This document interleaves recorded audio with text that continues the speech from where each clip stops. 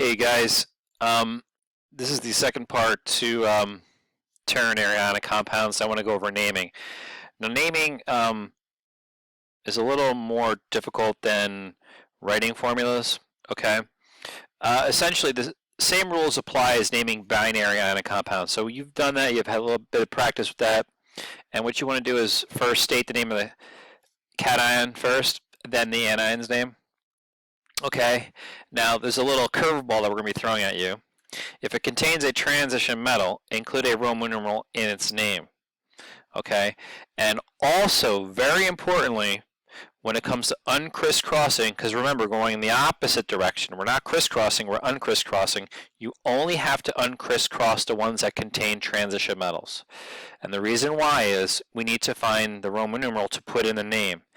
In metal compounds that are from group 1A, 2A, and 3A, they all have their own individual charges, so we do not need a Roman numeral with them. Okay, so only the ones that have transition metals must you uncrisscross. Okay, so let's take a look here at some examples. We're going to start easy and we're going to work our way up, and we're going to cover all the different kinds of problems that you're going to come across. Okay, so let's take a look here. First example is Na2SO4. All right, so first off, sodium only has a 1 plus charge. Okay, so you don't need a Roman numeral in this name. So it's very simple. So you just name it, okay, as you see it. All right, so this one here is just going to be sodium, and this part right here is SO4. This is your sulfate. So we're going to call it sodium sulfate. Okay, that's it. Okay, example number 2. All right, here we go. Calcium. Remember, it's in the group 2A, so it has a charge of 2 plus. Okay, so we don't need a Roman numeral in the name. So we do not need to uncrisscross this. So we just name it as we see it. And this portion right here is called phosphate. So we say calcium phosphate. Okay, that's it. Okay, nothing hard whatsoever. Now, if there's a transition metal in there, you must uncrisscross. So let's take a look at an example. Okay, so for example, if we have iron, remember on the periodic table you're going to see iron has 2 possibilities, iron 2 or iron 3. So in this case, you know, you're going to want to use a Roman numeral 2 for iron 2 and a Roman numeral 3 for iron 3. It's a very sloppy Roman numeral. I apologize. Okay, so this must be included in the name when you have transition metals. Okay, so we're going to go through a bunch of them. Okay, say CuNO3. What you want to do here is when you see the copper, you're like, uh-oh, raise an eyebrow. This here is a transition metal. This right here is simple. It's nitrate, copper nitrate. Okay, perfect. That's a name. We're not finished. You need that special Roman numeral. So is it copper 1 or is it copper 2? I don't know. We have to uncrisscross and figure it out. So what you want to do first is you want to simply split up the elements. Cations on the left, anions on the right. That's step 1. Okay. Step 2 is to uncrisscross. Okay. So what do we got going on here? Now remember, this is actually in parentheses and there's a 1 out here. All right, and the 1 is here from copper. All right, so we uncrisscross. That 1 goes there and that 1 goes there. All right, so you have your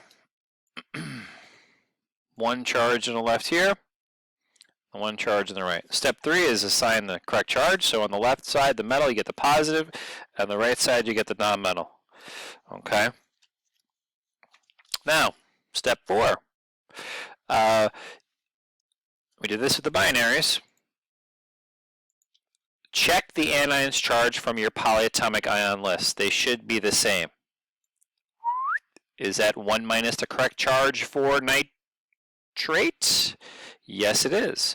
So this here is a charge of a 1, so it's a Roman numeral 1 right there. So it's copper 1 nitrate. Okay, so that's that. Okay, So let's take a look at another example. SnNO2 4. All right, so in this case, let's separate the ions. We have your Sn on the left, and then your NO2 on the right. Now you want to uncrisscross, so the 4 goes to your Sn. Okay, and this little 1 should be there. The 1 goes over here to your nitrite. Okay. Then we assign the charges, plus for the metal, minus for the nonmetal. And then the last step is check the anions charge. Is that the correct charge for nitrite? Well, yes, it is. So that means this is the correct charge for tin. Okay, so it's actually tin 4 nitrate. Okay. Let's look at example 5. All right. So here we have iron and sulfate, SO4. Separate the ions. Okay, we need to find the Roman numeral for the iron.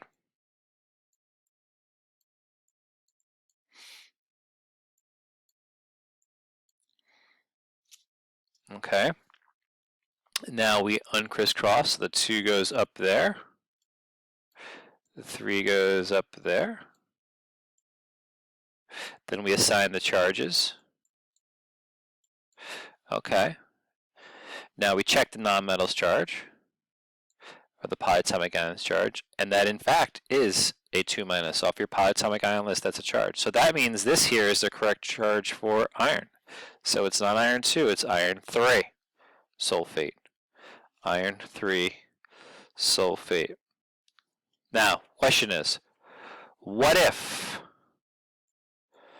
okay, the nonmetals charge does not match? To solve, multiply the anions charge by a number to make it the charge it should have. Okay, just like we did with the binaries.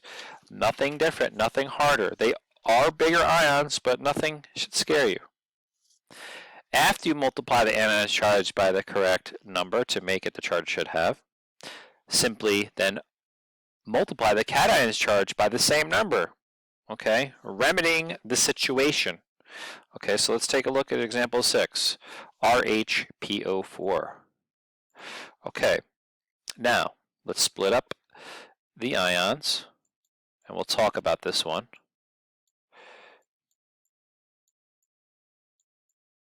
Okay, now what are we looking at here? Well, you have your first element, which is your metal, and then the second one, which is your nonmetal. Okay, now this 4 is phosphate. There's technically a 1 out there. Okay, and this technically is in parentheses. So you now uncrisscross. This 1 goes up there. It's reduced, remember. And there's technically a 1 right there, and that goes up over here.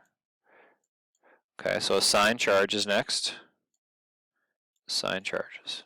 Now, is this the correct charge for phosphate? Look on your polyatomic ion list. No, it's not. So we have to multiply this one by 3 to make it have the correct charge, which has 3 minus. So now we multiply this side by 3, put that in parentheses, and that equals 3 plus. So it's not rhodium 1, it's rhodium 3 phosphate. Okay? Now let's look at the next example. Okay? Okay, this is basically the generic form of how you solve the problem with rhodium phosphate. They both have a charge of 1 when you uncrisscross. Then on the right side, your polyatomic ion, you want to multiply it by 3. Okay, then you want to multiply the cation by 3. This 3 here is the 3 plus that belongs with rhodium, making it rhodium 3. Okay. Example 7, PbSO4, SO32.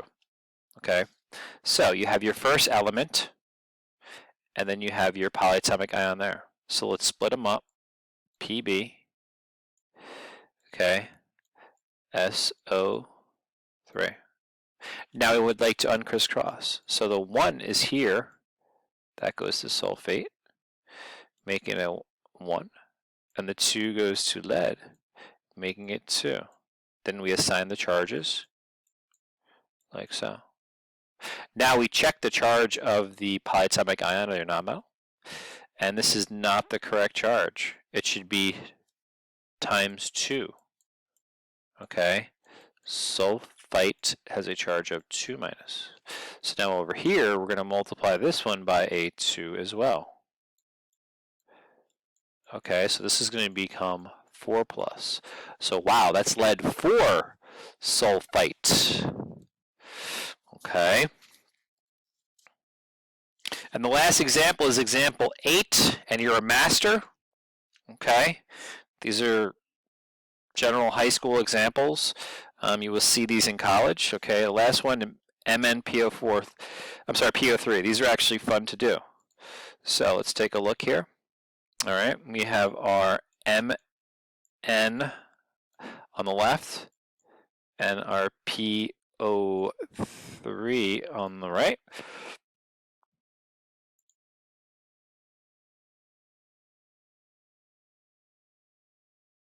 Okay, now we simply uncrisscross.